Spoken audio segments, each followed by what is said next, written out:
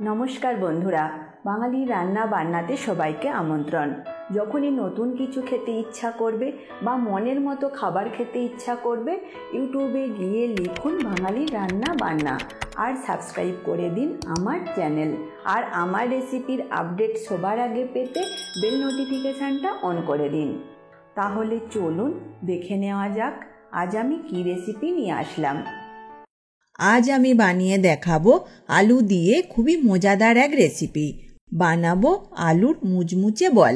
এটা খেতে খুবই সুস্বাদু হয়, তাই ঝটপট বানিয়ে নিন। তাহলে দেরি না করে দেখে নিন আলুর এই মুচমুচে বল আমি কিভাবে বানিয়ে থাকি। এখানে 2টো আলু নিয়েছি। আলুর খোসা ফেলে দিয়ে জলের মধ্যে রেখে দিয়েছি যাতে আলু কালো হয়ে না যায়। এখন এই আলু গ্রেড করে নেব। গ্রেড আলু কিন্তু একটু লম্বা লম্বা আর একটু মোটা হবে। গ্রেডারের যেদিকে বড় ছিদ্র সেই দিকেই আমি আলু গ্রেড করছি। 2টো আলুই গ্রেড করে নিয়েছি। এখন এই গ্রেড করা আলু ভালোভাবে ধুয়ে নেব। 2 থেকে 3 বার জল পাল্টে ভালোভাবে ধুয়ে নেব।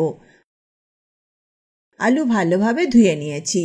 এখন এই আলু ভালোভাবে জল নিংড়ে তুলে নেব।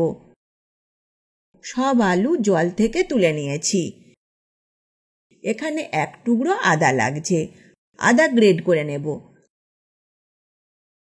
আদা গ্রেড করে নিয়েছি। এই গ্রেড করা আদা দিয়ে দেব আলুর মধ্যে। দেব 1 চামচের 4 ভাগের 1 ভাগ গোলমরিচ গুঁড়ো। চিলি ফ্লেক্স দেব 1 চামচ।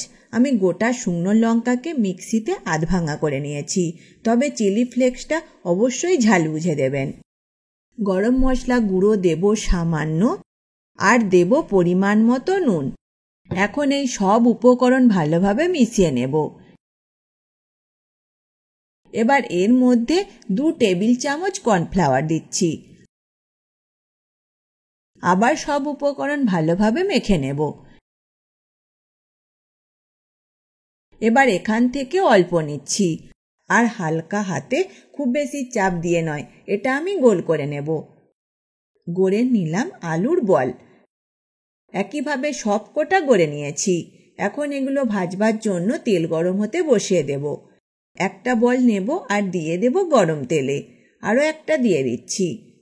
এবার এগুলো উল্টে পাল্টে ভেজে নেব, তবে এটা ভাজবো মাঝারি আঁচে, যাতে ভেতরটা ভালোভাবে ভাজা হয়। ভালোভাবে ভেজে নিয়েছি। এখন এগুলো তুলে নেব। একইভাবে বাকিগুলো ভেজে আমি তুলে নেব।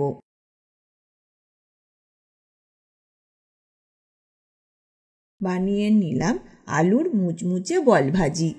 আর এই রেসিপি যদি আপনাদের ভালো লেগে থাকে অবশ্যই লাইক বা কমেন্ট করে জানাবেন। পারলে বন্ধুদের সাথে শেয়ার করে দিতে কিন্তু ভুলবেন না। আজ তবে এই পর্যন্ত থাক। আবার দেখা হবে নতুন এক রেসিপির সাথে। ভালো থাকবেন, সুস্থ থাকবেন। ধন্যবাদ।